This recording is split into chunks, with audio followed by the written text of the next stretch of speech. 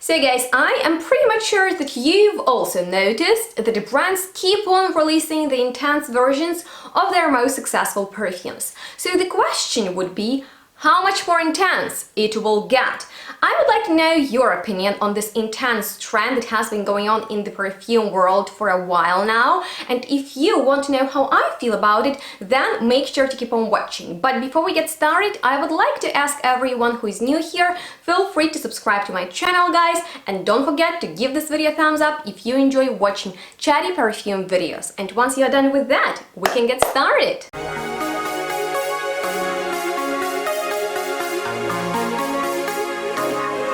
Hello everyone and welcome back.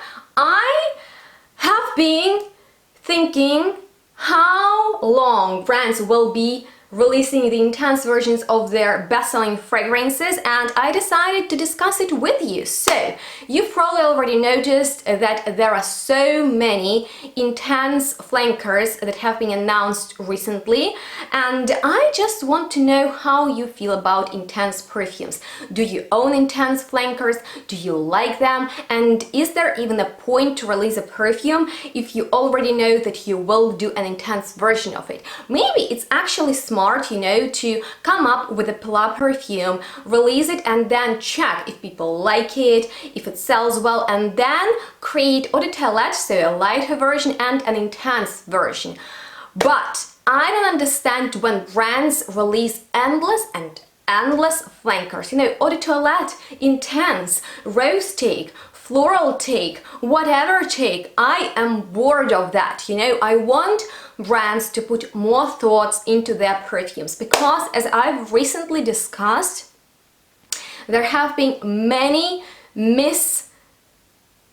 successful releases and they just smell so pointless. The release of them is absolutely nonsense, and yet probably they sell well, because otherwise brands wouldn't keep on releasing such absolutely average and such absolutely not exciting perfumes. But of course this video should be, you know, a discussion with you, so I would like to know first of all how you feel about the intense concept overall, if you like stronger fragrances or not.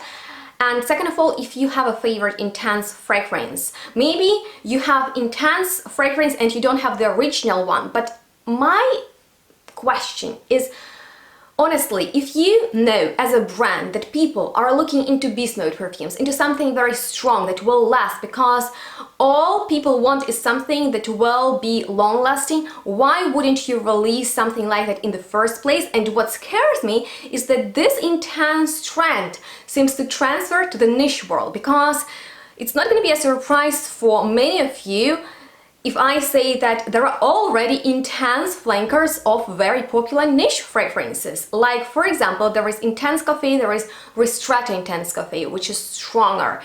There is Love Extreme by Kilian, and I have it thanks to your amazing donations.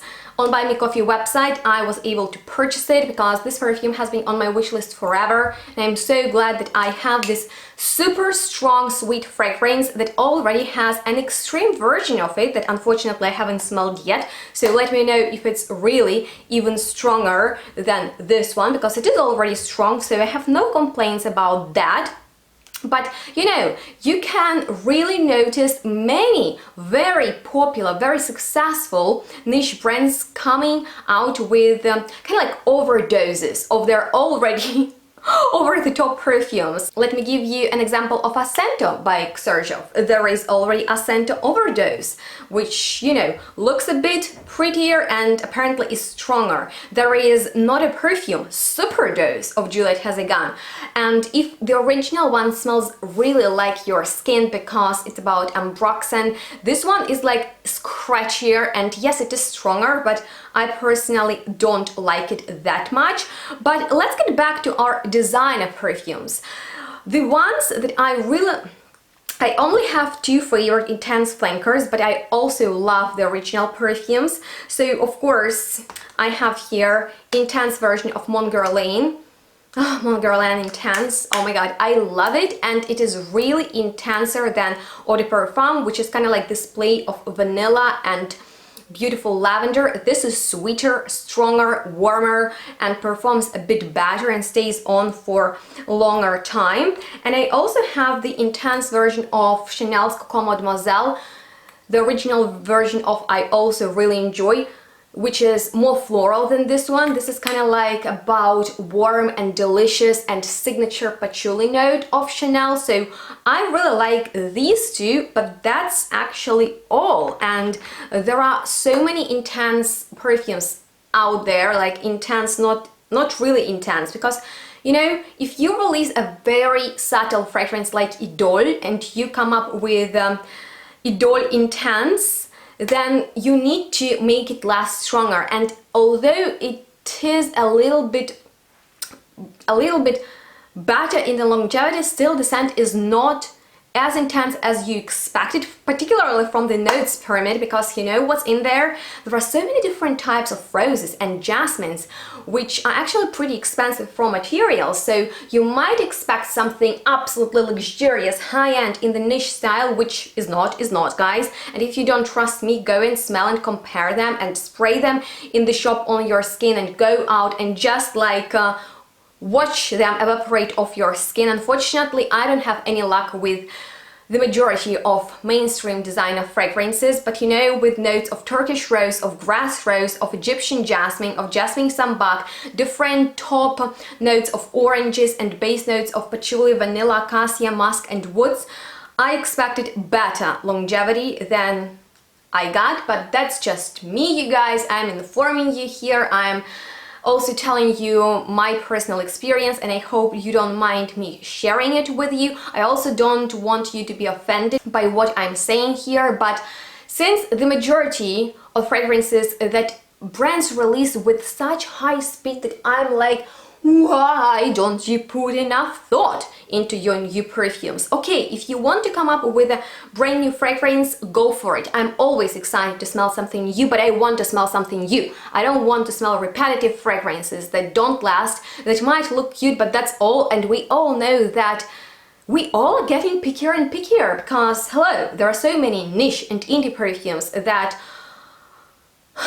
are worth the price, and designer fragrances are up there in their pricing, but they're just not delivering the quality. So let me tell you about some new intense versions of new designer fragrances, and one of them is absolutely gorgeous looking, but once again absolutely boring and absolutely non-spectacular smelling, Voci Viva by Valentino. And there is already an intense version, just called Intensa, and once again the bottle is amazing. Even the idea, if you look into the notes, sounds good because it's kind of like a chypre with bergamot, mandarin, jasmine, orange blossom, moss and vanilla, and chypres have been very popular like 100 years ago, and there are still some niche and indie perfumes in the chypre style, and chypre just smells very expensive and grown up, which might not really hit modern audience that is looking into something lighter, into something in the shower gel style. But I have no high expectations from this perfume, although it might turn out to be beautiful, who knows. It's not available at the moment yet, it's brand new, just as Perfect by Marc Jacobs. There is Perfect Intense version of it, and unfortunately this perfume hasn't been released in Germany yet, but I sincerely hope it will be soon. And I really like the notes of it. Who knows, maybe I will even blind buy, because Marc Jacobs' design has been always very attractive to me. And in here we have Narcissus, which is not your typical floral note like tuberose, jasmine or rose. There is pink pepper, there is grapefruit, almond that I love so much in the perfumery, and sesame, which is just really intriguing.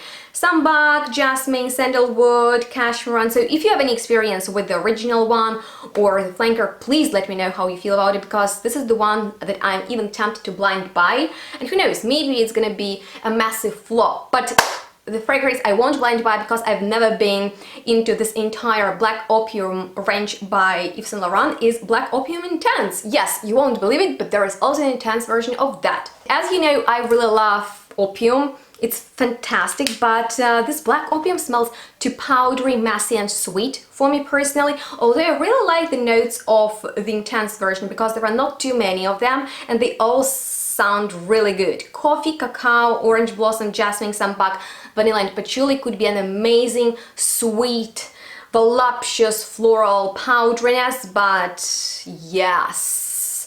I would love these new releases to impress me and to surprise me actually, but we'll see how they perform. So guys, I would like to know if you're excited for any of them. Please let me know how you feel about this intense trend, and let me know which intense flankers would you like to see. I would be really into something like intense Shalimar. What do you guys think? So thank you so much for watching. Let's start a conversation down below in the commentary section. Please check out the description box for more helpful information. Follow me on my social media for more content, and please stay tuned and smell good, guys. We'll see each other in the next one really soon, and if there are any videos and topics you want me to discuss, just share your ideas down below in the comments. Thank you and bye!